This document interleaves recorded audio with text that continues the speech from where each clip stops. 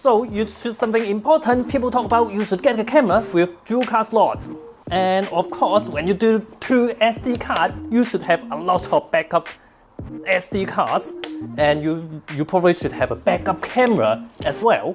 Got backup batteries and probably a camera with dual power source as well, just in case. So what about backup audio? Maybe you have thought about backup audio, but you never do. Why is that? Because it's just human. I mean, I didn't back up my computer until my hard disk crashed and I lost everything. So yeah, so basically the same as backup audio. Why am I doing backup audio now? Because shit happened. I have shot for 2 hours with Kai, only to find out it is silent on my side. Blend in with the sea, it's blue. Is that what it's for? And there was once the whole section just clipped. Now the previous Z6 has this face AF. And there was once I totally forgot to film it. It's just good that I have an Insta360 rolling and a recording from the Røde Wireless GO II. Have you actually used it? I mean, have you actually tried it? No. I mean, actually I'm all the same. Before that, I thought doing backup audio is annoying, and I think I don't really need that. I just be careful, it should be fine. So it turns out it's not fine. It's after I feel of the big mishap that I finally think, yeah, I should do backup audio. And I find out, I mean, it's actually really easy to do and it's not expensive at all. Now this is my main audio. I'm quite lazy, so it's just this mic go through wireless, also a really lazy choice that go into the camera. So now you are listening to this mic going directly into my camera. But if this audio has some problem, I have set the volume wrong or whatever, so now I have a backup audio here. So this is really simple. I just hold it like here and just keep it as close as possible to the sound source of the sound, which is my mouth. So I just put it just a little bit outside of the frame, and this is what you can get from that mic. Actually not too different from this lav mic. Even if I put it just a little bit far away, just a little bit, and let me set recording level, testing. So I just have to put it right there. Now I don't have to hold it. I can do whatever with my both hands. But then you can see that you can hear the audio is actually not bad. It's just basically the same distance from my camera. It's less than arm length, and this is good. Just don't put it too far away. If I put it over there, now it will sound quite not as good, quite quiet actually. You will hear the room echo, whatever, and yeah, just don't put it too far away and it will be fine. On the market, there's quite a lot of these kind of recorder to choose from. Zoom is probably the most popular one, and then there are also other like Tascam, even Sony, Olympus, they all release these kind of handy monitor view recorder. The one that I've chosen, this is the Zoom F1. I will tell you later, I will show you later why do I choose this, what does it do. But in fact, you can get this one. This is actually really quite cheap. On the web, it is about $170 US. Really not that expensive. And with this is so good enough for most things. And then I love there is a dedicated volume button, the record level. Just set your level there, even during recording. Just put it down on the table and then it would be your recorder as a backup recorder. This is great. Another one is Roland R07. I think this is interesting as well. This is actually quite compact, and it got a mic on top as well. Basically, it got all the basic feature. But this one, what's interesting is that it supports Bluetooth headphone. Never heard of any other that support Bluetooth headphone. And then it's a really great phone app to control it, even Apple Watch app. My friend Dan will have a really great review of this recorder. This is where I learned about this recorder as well.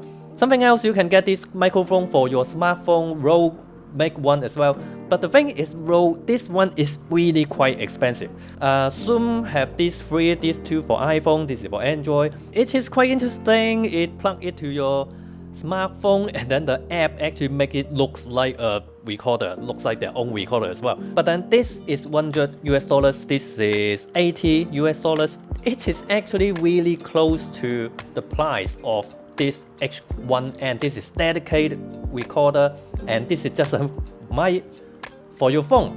To me, I would rather pay a little bit more and get this dedicated recorder rather than using your phone. Actually, I'm quite sure on the phone it won't be as stable as a dedicated recorder. It might crash, it run off battery from your phone, not good. So I should talk about this is the film monitor of my choice of film monitor, which is the Zoom F1.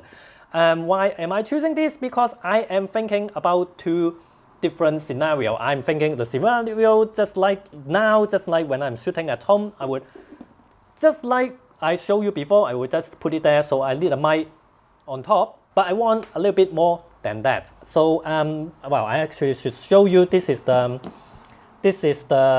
most basic setup. Will be just by itself. By itself, it got a mic input, mic and line in, and then there's a headphone output. So the basic setup is that you wear this on you and you put a lav mic on here, then use it as a recorder.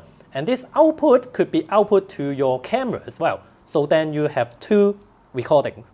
So by itself, it doesn't have a built-in mic comes with it. So this is, I buy this separately. So now I have this mic to do recording.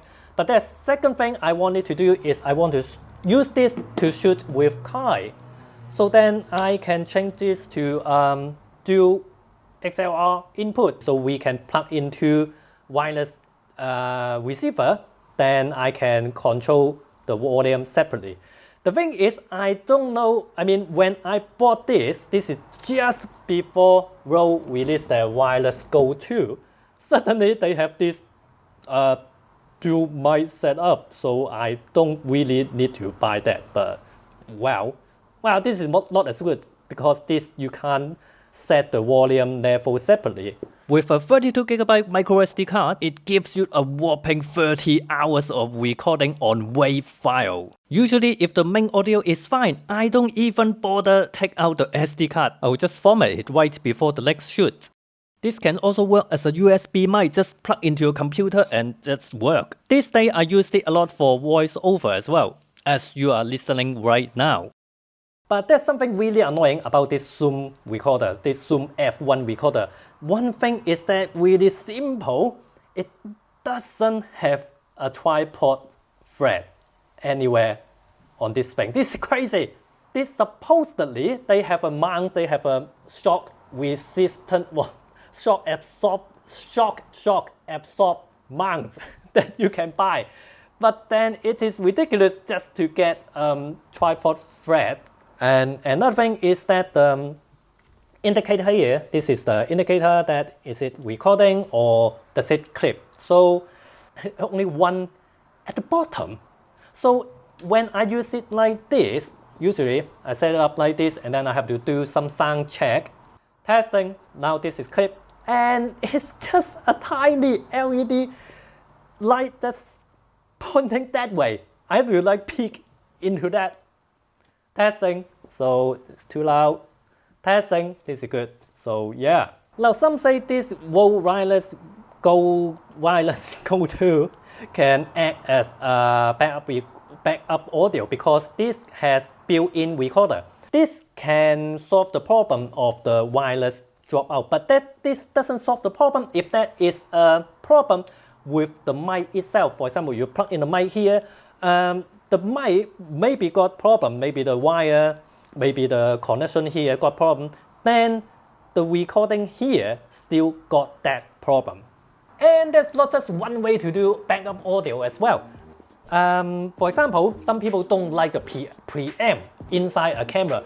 Some say when you plug in a mic directly recording into a camera, the audio just not as good as a separate recorder.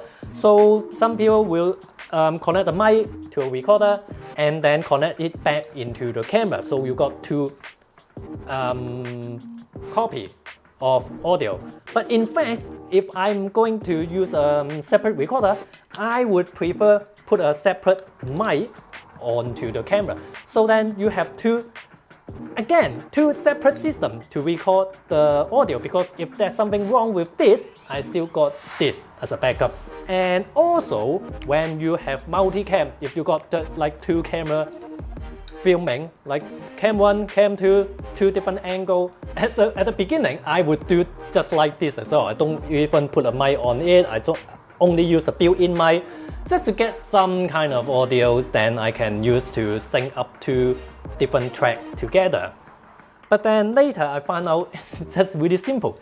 Just put a mic on top. Then you got two different audio sources. You got two different audio tracks.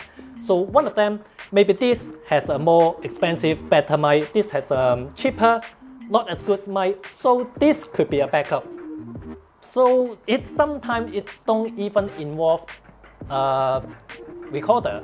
So yeah, that is all I want to say about doing backup audio. It is actually really easy to do. It's not something annoying and definitely not something expensive. And I mean, I have learned from my mistakes. So with this video, I hope that then you don't have to go through a mistake and learn from that. Just learn from this video, then it will be great. So yeah, thank you for watching. If you like this video, and do click this and that and bell, and yeah, thank you. Bye.